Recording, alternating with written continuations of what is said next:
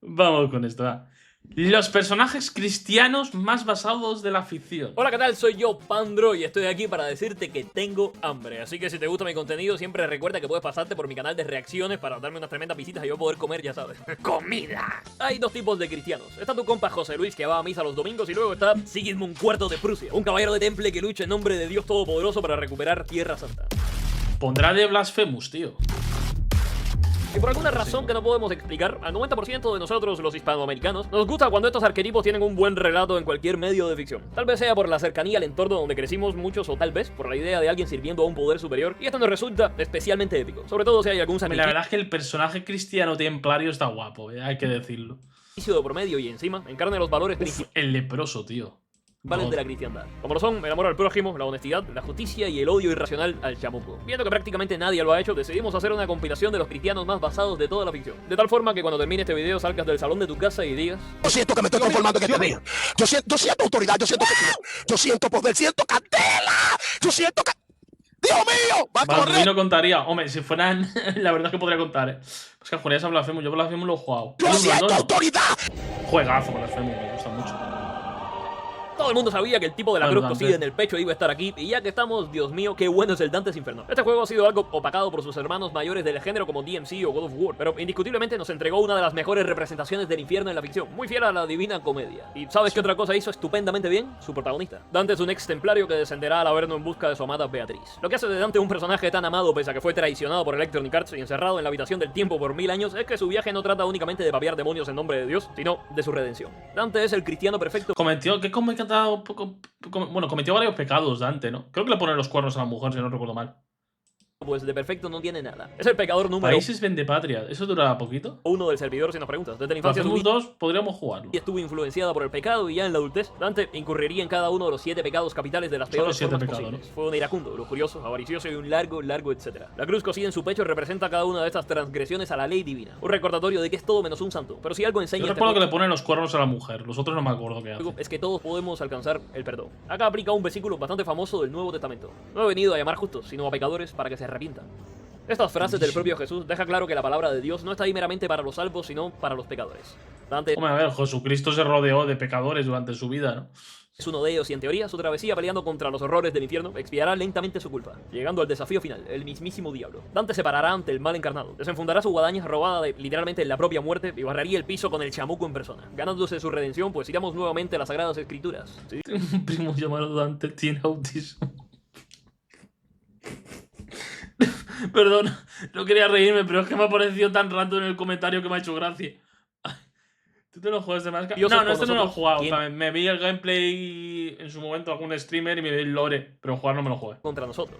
La gran moraleja de su historia es que incluso si recorres el camino equivocado, todos pueden alcanzar el perdón y llegar al reino de los cielos. A no ser que seas Electronic Arts, por Goku supuesto. gritando, diciendo Viva Cristo Rey contaría. El infierno Creo que tiene no un sé. lugar reservado por lo que le hicieron a la secuela de Dante's Inferno. Oh, el cruzado es God. El cruzado es putamente God. A mí es de los personajes que más me gusta de Darkest Dungeon. Porque aparte es muy fácil de jugar. Qué juego más jodido el Darkest Dungeon. Juegando Darkest Dungeon. Sí, sabemos que el cruzado de Darkest Dungeon no es técnicamente cristiano. De hecho, esta religión es inexistente en el lore, pero su rol, valores morales y hasta la fe son Es básicamente Cristo Rey. Es el cruzado más cristiano que pueda haber. tan similares al cristianismo que vamos, podemos considerarlo como tal. Si antes el cristiano perfecto, este personaje es el guerrero fanático ejemplar, el que corta en Sí, literalmente el templario. pedacitos antes de hablar. En Darkest Dungeon los enemigos céltricos, es decir, los lovecraftianos, son lo más duro tanto del primero como segundo juego. El cruzado los corta, El segundo no lo he jugado. destroza y rebana. Todos los días de la semana se va a dormir como si nada hubiera pasado. ¿Horror cósmico? Uy, sí que miedo, pero nada le gana a la fe en el creador. Todos los personajes de la franquicia están perturbados o como mínimo tienen un pasado bastante jodido. El cruzado es un caso especial, pues es directamente un trastorno viviente. Tu pasado te lo dice todo. Mucho antes de tomar la espada era un simple granjero y padre de familia. Este hombre trabajaba de sol a sol y no podemos decirte que amaba su trabajo, pero oye, lo sobrellevaba. Y eso hasta que tras un durísimo invierno se replanteó toda la existencia. Aquella labor no le daba nada a cambio, solo sufrimiento y resignación. El hambre pronto lo consumiría a él y a su familia, pero afortunadamente el llamado de Dios alcanzó a su puerta. Los guerreros de las cruzadas pasaron por los alrededores y el granjero Bueno, Josué, si no había dinero para comprarse los juegos, no quedaba otro. sin pensarlo mucho, cambió el arado por una espada y sus harapos por una gloriosa armadura. Antaño detestaba toda Está guapísimo, tío. A mí el cruzado me gusta mucho. También es verdad que es de los personajes con los que empiezas. forma de violencia, pero si por exterminar herejes en una cruzada su familia podía comer, bienvenido sea. Pasa que en la Guerra Santa nuestro héroe encontraría no un trabajo, sino el sentido mismo de su existencia. En vez de horrorizarse por el maremoto de violencia que experimentaría, el cruzado sintió una paz divina. Otras personas rezaban en altares, se encomendaban a Dios a través de ofrendas. El cruzado descubrió que la verdadera forma de demostrar el amor a Dios es hacer Fíjate, el cristianismo no existe en Darkest Dungeon. No hay literalmente una iglesia con la cual podías rezar y evangelizarte para quitarte la locura. Bueno, no sé si te dicen que la iglesia es católica, pero sí que existe una iglesia tal cual. Hostia, ahora tengo mis dudas. Sé que la iglesia existe, pero no sé si te dicen que es católica. cantar el acero Bueno, y gritar cristiano. su nombre a los cuatro vientos. El cruzado se perdería en una sed de sangre que lo alejaba del mundo a su alrededor. En estos momentos dejaba de ser el padre de familia, incluso un guerrero, y se volvió Todo cruzado, mira, qué guapo. el instrumento sangriento del propio creador. Hay un detalle chulísimo en su gameplay, y es que cuando lo encarnamos en su primer recuerdo tiene una habilidad llamada cosechar, con la cual recolecta el trigo. Dicha habilidad la conserva en su ataque estándar, solo que en vez de trigo lo hace con la vida de sus enemigos. Todos los herejes aprendieron a temer a este demente y cada vez que lo veían le decían, llamen a Dios. Personaje favorito del fuego. A ver, el cruzado estaba es que es muy bueno. El cruzado está muy bien. También me gustaba mucho el médico de la peste. Estaba muy guapo, tío, porque envenenaba, tío.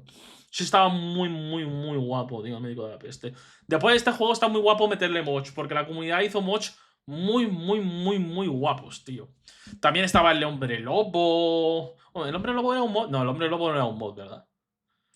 Nunca mejor dicho. Pero ¿Hay algún prota de Shonen canónicamente cristiano? Hombre, te diría que no. Pero porque en Japón el cristianismo no está tan extenso. Pero bueno, puede ser que haya alguno que yo no sepa. definitivamente su pick en lo que a farmear aura se refiere llegó cuando se enfrentó al Señor de la Guerra, un poderosísimo enemigo al que nuestro muchacho no solo derrotó de forma aplastante, para colmo le perdonó la vida para que viviera con semejante humillación, pues. ¿Y acaso el perdón no es una Se de las marcó un Goku, gente. grandes doctrinas de la fe? A ver, el cruzado, como dijimos, no es un cristiano como tal, pero se encarna el rol de caballero fanático y pese a su sangrienta labor, este sigue ayudando a su familia, o bueno, más o menos, ya que ha seguido tan obsesivamente su labor divina que ya no reconoce a su antiguo hogar como eso. En una escena de su cómic, este regresa a la granja y cuando ve a sus seres queridos Feliz saludándole Navidad. a la distancia, decide marchar vuelta atrás. Ya no se siente parte de ellos, y esto le come por dentro. Ahora su nueva casa es el campo de batalla, y a través de la sangre de los impíos, las puertas del paraíso siempre estarán abiertas. Que Daredevil. Sí, Daredevil es cristiano, ¿no? Canónicamente. De hecho, creo que va a la iglesia mucho, ¿no? A pedir perdón por lo que hace. Cuando se va un poco de Obviamente, madre. el demonio de Hell's Kitchen debía estar en la lista. En algunos casos, la fe de algunos de estos personajes no suele ser un rasgo característico o el eje central de sus arcos narrativos. Para Daredevil lo es todo. Matt Murdock, por el día, es un abogado que intenta hacer lo correcto. Durante la noche, la peor pesadilla de los criminales. En ambos casos existe un nexo que une a Murdock y su alter ego, la religión. Daredevil es abiertamente católico y el propio concepto de su identidad secreta proviene en buena parte de la fe. Matt se considera a sí mismo como una especie de demonio que dispersa castigo a la peor escoria de la sociedad, siendo Hell's Kitchen su propio infierno. Claro, esto de primeras podría parecer algo negativo y hasta oscuro, pero qué va. Murdock está tan entregado a su fe que busca hacer de este un mundo mejor, especialmente cuando no usa el traje. Como abogado, este lucha abiertamente contra el sistema y las injusticias del día a día, siendo posiblemente el único abogado ¿Debería leerme algún cómic bueno para empezar con Daredevil, gente? genuinamente honesto en tanto la ficción como en el mundo real. Y mira, no queremos ponernos simbolitas, pero en algunas ocasiones, Daredevil tiene bastantes paralelismos con el propio Jesús, como se vio en el cómic Born Again. Estamos ante alguien que ha sufrido todo tipo de martirios y ha sido vapuleado por el mundo simplemente por intentar ayudar al prójimo. Un personaje que constantemente cae, es herido, falla, comete errores como cualquier otro hijo de Dios, pero con su fe, con la idea de hacer lo correcto, siempre se pone de pie. Existe un momento hermoso durante la serie de cómics escrita por Sardaski, en la que el demonio de Hell's Kitchen estaba pasándola muy pero muy mal, e incluso estaba pasándose de la raya con sus métodos violentos, ganándose una visita al propio Spider-Man, quien procede a darle el regaño de su vida. Solo para agregar al final, Dios te ama, Matthew. Recuerda eso y haz lo correcto. Renuncia a esta violencia. Yo no sé tú, pero si a mí Spider-Man me dice que Dios me ama y me ponga las pilas, no lo dudo dos veces. La historia de Dante enseña que a través de la fe se alcanza la redención. Con la historia de Daredevil aprendemos que con esta todos podemos levantarnos sin importar las circunstancias. Y aunque sea difícil, hay que hacerlo correcto. Daredevil Born Again. ¿Qué tan lejos puede llegar una persona por su fe? En el caso del cruzado podríamos hacernos a una idea, pero Anderson lo lleva aún más lejos, ya que se volvió un verdadero monstruo de Dios. Hellsing es una obra cargada con un evidente contenido esotérico y religioso. O sea, la trama consiste en una organización protestante. Es que Cristiano debe ser protagonista, que es un sacerdote poderoso. ¿Sacerdote poderoso? Ahora no caigo. Que usa un vampiro para ¿Me cazar dices un entes anime? sobrenaturales y encima se opone a la iglesia católica. Si el Papa León X estuviera vivo para ver esto, probablemente nos recordaría que nos había dicho que esos malditos protestantes no eran de fiar. Anderson es el arma biológica suprema del Vaticano, siendo modificado genéticamente para servir a los intereses del Pero, fuera de coña, sí que hay bastantes animes en los cuales sale el Vaticano, ¿no? En plan, hay bastantes animes en los cuales sale el Vaticano que suelen tener este rollo. No. Sí que hay bastantes animes a la que lo pienso que tocan el cristianismo de manera muy directa.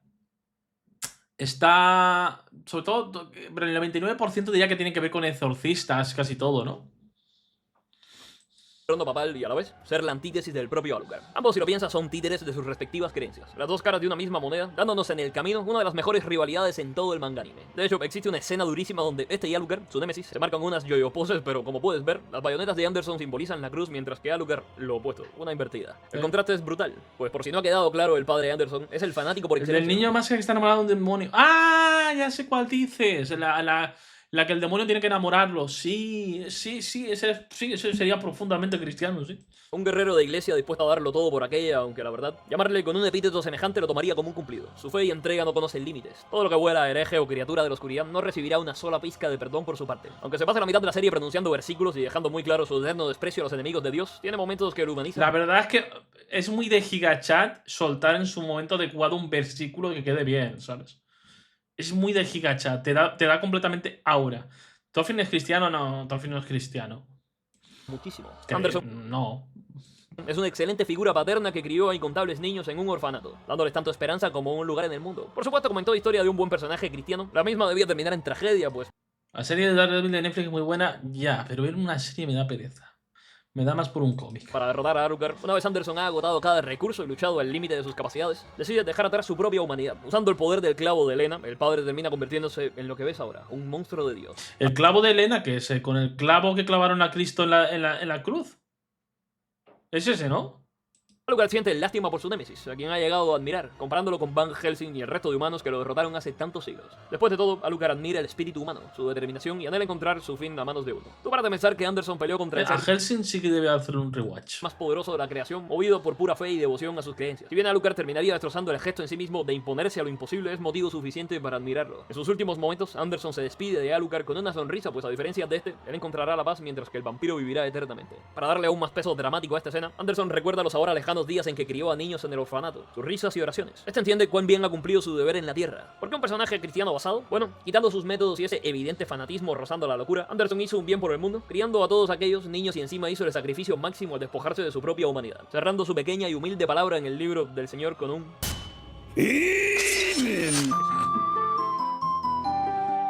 Cloverfield, sí que lo he visto. Una imagen dice más que 1000 palabras. Este específicamente proviene de un manual japonés. Pero chicos, ¿En Zelda hay personajes cristianos? No lo sabía, ¿eh? esto seguramente ¿Qué que Thorfinn? Yo diría que Thorfinn en ningún momento, que yo recuerde, ¿no? Se aleja un poco de la religión, yo diría. Silencio. Lick no solo dice... También dice, viva Cristo Rey y nadie nos baja de este barco. ¿Ah, sí? ¿Eso es canon, gente? No me lo sé, ni puta idea. Yo es que de Zelda sé poco. La inmensa mayoría de personajes en esta lista son católicos o profesan alguna rama popular del cristianismo, como lo entendemos, pero Joshua Graham es mormón. Sí, los que aparecieron... Uf, los mormones, estos son raretes. Los mormones son los que permiten la poligamia, ¿verdad?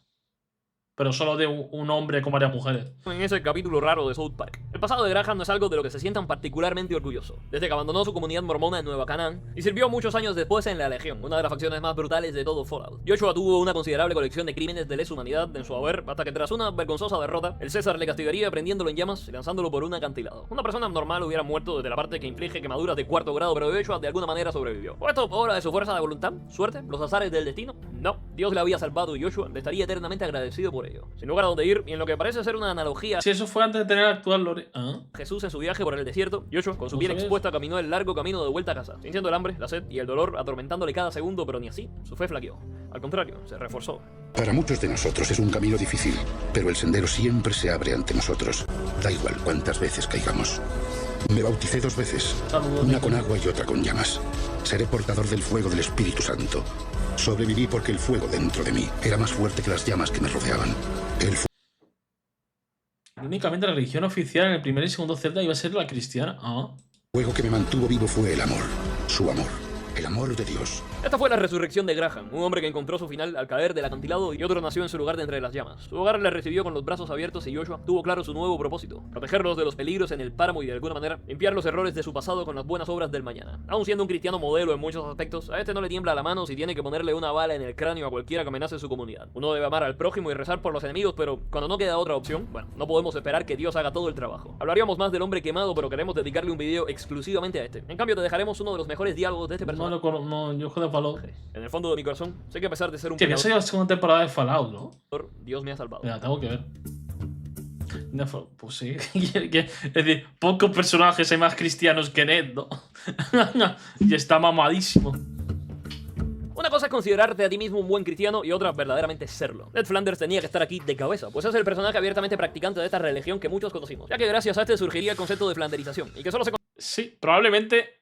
Joder, la verdad es que si piensas en un personaje cristiano en la ficción, el que se te viene a la cabeza es Ned, ¿no? concentrara en su aspecto cristiano narrativamente hablando es otra cosa, pero Ned es un tremendo personajazo y un modelo a seguir en muchos aspectos. Empezando porque este es alguien muy devoto a su fe, viviendo en una de las ciudades más pecaminosas del mundo. Springfield tiene de todo: gula, avaricia, ira, a Nelson y sobre todo... Voy a jugar algún Si Fallout. hay una rivalidad Sí, famosa en la verdad es que ficción es la de este último con Ned. Lo gracioso es que sin razón, Ned no le tiene rencor alguno a Homero, ni mucho menos. Al contrario, lo quiere como vecino, o bueno, casi siempre. Ya que lidiar con Homero, bueno, más que Homero, Bueno, hay a veces que lo saca de quicio. Y es normal. todo Springfield es una odisea que ha conseguido romper ese carácter tan A mí me gustó Fallout, a mí me gustó, la verdad. afable suyo. ¡Oh, pedacillos estúpidos, maldita sea! ¡No tienen cerebro, imbéciles! Ned es el buen samaritano de Springfield. Intenta hacer siempre lo correcto, ya sea como vecino, padre, ciudadano y espiritualmente, pues dato curioso, Ned no es exactamente un santo antes de convertirse, pero se reformó. Ahora principalmente estamos hablando del Ned Flanders antes del incidente de su época en Maude, ya que a partir de ahí el personaje se volvería una versión más radical de sí mismo que buscaba imponer sus creencias ante todo. Poco que ver con ese vecino amigable que daba la otra mejilla siempre. Sí, eso es verdad. Dependiendo del capítulo hay momentos que parece un extremista que da cringe. Pero es lo que tienen los Simpsons. No he visto la serie. Desde que dijimos la palabra cristiano Que en me el está diciendo Haru de vérmela. Míralo. Creo que la tercera o cuarta vez que lo dice. video, o vamos, ya desde el título, todos esperaban que apareciera el penitente, pues a ver, si bien al igual que el cruzado Recuerdo que Homero comprobó que Dios no existe y Ned intentó borrar ese dato, pero si Homer ha conocido a Dios. no es técnicamente cristiano, es muy evidente de dónde sacaron buena parte del concepto de Blasphemous y todo su lore. El penitente en especial es la Semana Santa, el folclore andaluz en carne y hueso. Sí, literalmente el folclore andaluz. Por eso está guapísimo el juego. El tema central de este personaje es tal vez el más especial de entre todo el compendio, pues su historia está cimentada en un simple concepto: el martirio. Este es el último superviviente de la Orden del Lamento Mudo, un alma perdida varada en un mundo abandonado por el milagro, la principal deidad de este universo que recorrerá las tierras de custodia con el fin de restaurar la paz, o bueno, romper un siglo que atormenta el mundo, en lo que será la mayor penitencia jamás vista sobre esta. El penitente, gracias a sus votos de silencio, no habla con palabras, en cambio lo hace con su espada y sobre todo el sufrimiento. La historia del penitente es un reflejo de los grandes martirios del cristianismo, especialmente del catolicismo, donde los santos, en pos de defender su fe, esparcirla o demostrar su entrega a ella, recorren un sendero cargado de dolor y usualmente con finales terribles esperándoles. Decir que Un episodio donde quitaron el canallón al cerebro. Ah, tienes razón. Blasphemous no es un Pero bueno, juego ya sabéis, el odio de los Simpsons. cristiano es algo errado, pero si nos preguntas, sí. Este retrata el equivalente del dios como un monstruo. Muchas de las grandes figuras de la fe están retorcidas de alguna manera, pero la obra Sí, literalmente. se encarga de plasmar ese lado oscuro Sí, del más concretamente la Semana Santa de Sevilla, efectivamente. cristianismo y ante todo de la Semana Santa. Preciosa Sevilla, tío. Fui el año pasado, ojalá volver a ir. Qué bien comí como un cerdo. Dándonos esa tragedia, aquel dolor implícito en sus historias, pues ya sea la crónica de los apóstoles o el propio Jesús, todas están cargadas de martirio y dolor. Sin embargo, al final de este siempre se encuentra la gracia. El penitente lucha por un bien mayor, encara los pilares mismos de la iglesia y al propio milagro, consiguiendo así el perdón de todos los habitantes de Custodia y también para sí mismo. Cosa que, alerta de spoiler, logra al final de Blasphemous 2, ya que después de una vida expiando una culpa innombrable, Me ha spoileado. Bueno, ya me sabía el spoiler. el martirio ha llegado a su fin. Duri. Ese tenía que estar, obviamente.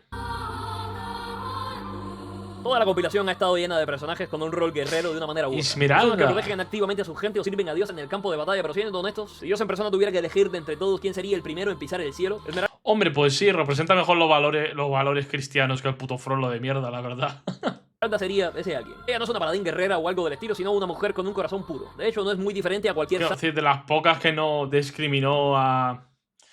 Bueno, a ver, la primera vez que me vio su cara creo que era una máscara, pero bueno, también es normal, ¿sabes? Pero no discriminó a Quasimodo, trató a todos bien, indiferentemente de que fueran gitanos, franceses o lo que fuera. tanto si lo piensas, pues ella vela por el bien común y los marginados más que por sí misma. O esto podemos verlo en la canción más hermosa que ha hecho Disney en su historia, Dios ayude a los marginados, la cual no podemos poner aquí, si no el ratón se pone medio XD, pero en resumen, Esmeralda canta, o mejor dicho, pide a Dios y a la Virgen María No te por preocupes, te vas a olvidar. el bienestar de También su es pueblo. verdad. Ella sabe que es un paria dentro de su sociedad e incluso piensa que es indigna de estar a los ojos de estos, pero aún así ora por los marginados y desfavorecidos, ya que al contrario de lo que piensan Aparte, yo creo que lo que hace buena Esmeralda es sobre todo... Es decir, cómo hace ese choque con Frollo. El que tendría que tener los valores más cristianos es quien no los tiene, y quien no tenía que tenerlos es quien más los tiene, ¿sabes? La técnicamente pecadora es la que representa mejor.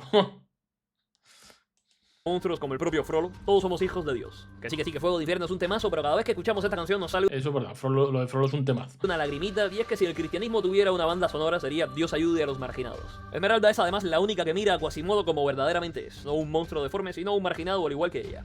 Efectivamente, sí. Sí, Dante se papió al diablo, el cruzado a señores de la guerra. Todo eso está muy bien, pero Esmeralda les da 100 vueltas a todos ellos en lo que a una persona de fe ha de aspirar a convertirse, ya que la base del cristianismo no es la búsqueda de gloria o fama, sino el amor. Por supuesto, aún con todos los personajes que mencionamos, se nos quedaron muchos en el tintero. Véase a Monko Tauro de Tokyo Ghoul, el padre Pussy, Nightcrawler y un largo etcétera, pero siempre puedes dejarnos en la caja de comentarios y apoyar el video para que exista una segunda parte, ya que estamos con la temática, una recopilación de las mejores representaciones del diablo en la ficción. Dicho esto, pasa una bonita mañana, tarde o noche y recuerda que Dios ama a los pecadores, pero no a los jugadores de Genshin Impact. Venga, guapos. Feliz Semana Santa. Ay, eso está bien tirado.